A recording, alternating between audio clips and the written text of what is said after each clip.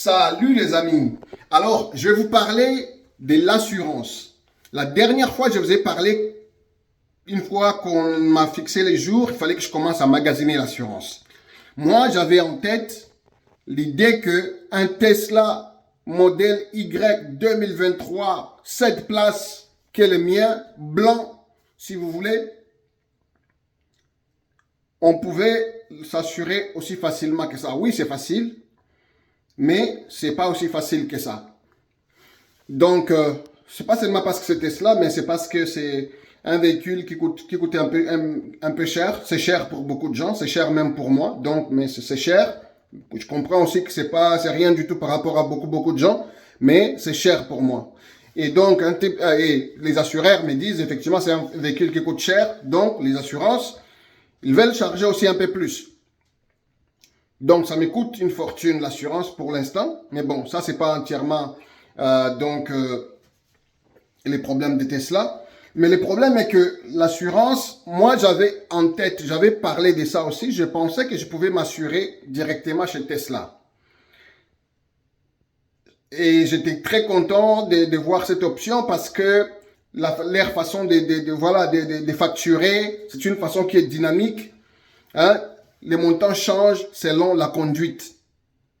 Soit les montants s'ajoutent, soit les montants diminuent selon la conduite, puisque vous connaissez le Tesla, c'est un petit ordinateur puissant.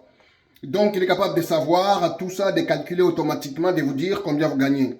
Donc, moi, je comptais beaucoup sur cette option.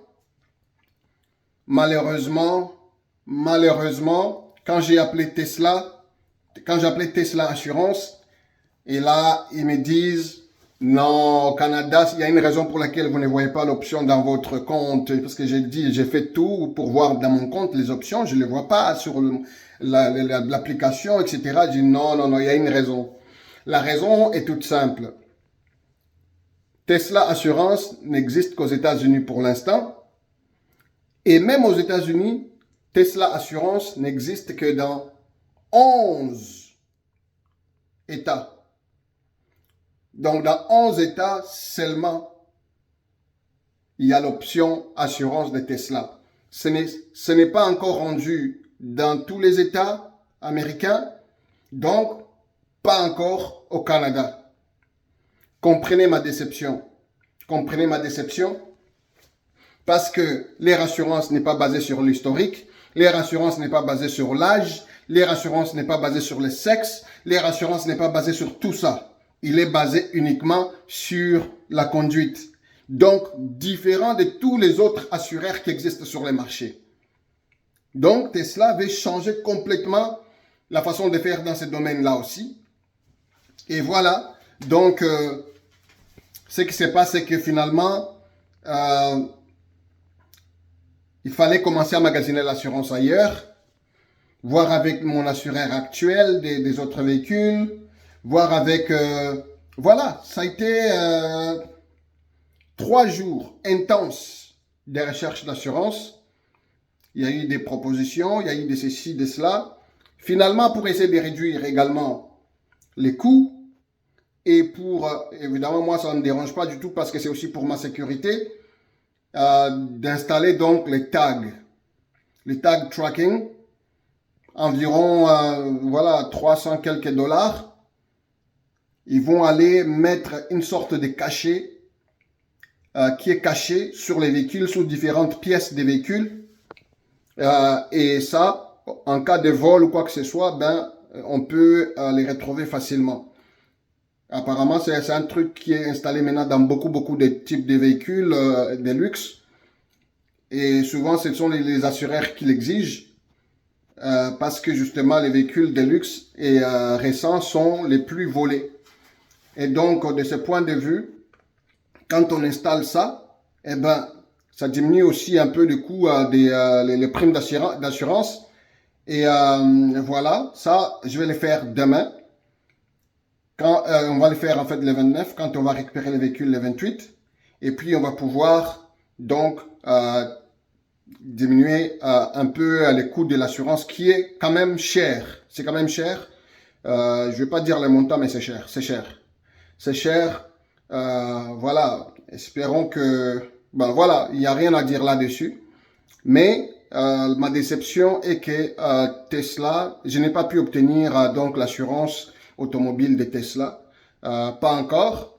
Ben, on espère que ça viendra au Canada d'ici peu et que voilà, ça pourra être une option.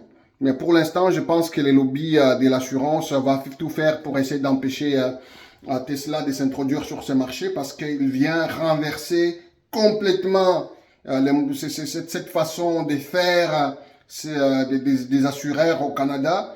Et voilà, vous êtes chargé vraiment voilà, votre conduite. Je sais que beaucoup d'assureurs avaient déjà commencé ça depuis longtemps. Ils doivent installer un appareil sur votre véhicule, tout ça. Mais ça n'a jamais vraiment décollé, vraiment.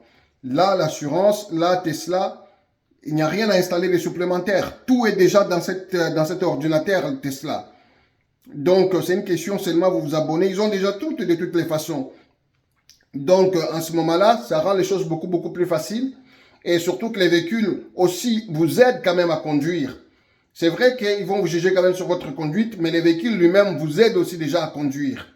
Donc, c'est un autopilot, même si vous avez l'option basique, quand même, ça peut vous éviter beaucoup d'accidents, ça peut faire beaucoup de choses. Donc, en ce moment-là, je ne pense pas que c'est une mauvaise idée. Mais, ce n'est pas encore disponible au Canada.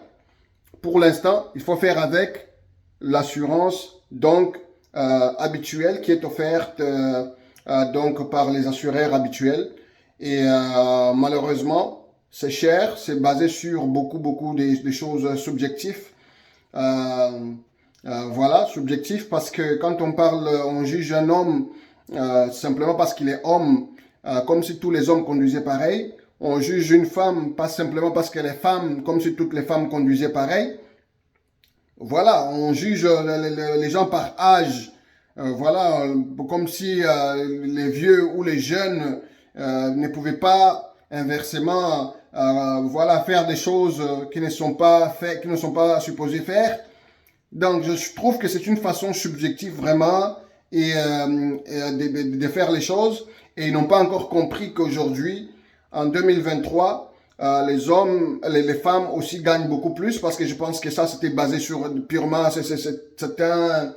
voilà, c'est une décision vraiment basée sur l'économie, une décision économique, une décision financière dont les critères avaient été mis en place quand l'homme était le seul qui ramenait l'argent à la maison et qu'on voulait le soutirer le plus possible. On disait, ben, l'homme va payer beaucoup plus, alors que, voilà, aujourd'hui, les femmes gagnent aussi beaucoup plus que les hommes, d'ailleurs, parfois. Mais malgré ça, vous voyez que c'est toujours les mêmes critères qui sont en place, qui demandent aux hommes de toujours payer plus. Et malheureusement, c'est ça la société encore en 2023, injuste envers les hommes majoritairement. Et puis voilà, c'est ça mon constat. Mais changeons de sujet. Voilà, moi j'espère que Tesla viendra casser, changer toute cette affaire d'assurance voilà, automobile basée sur des critères très subjectifs et discutables à mon avis. Allez, ciao, je vous tiens au courant pour la suite quand on va aller chercher les véhicules. Et puis, on en parle, et on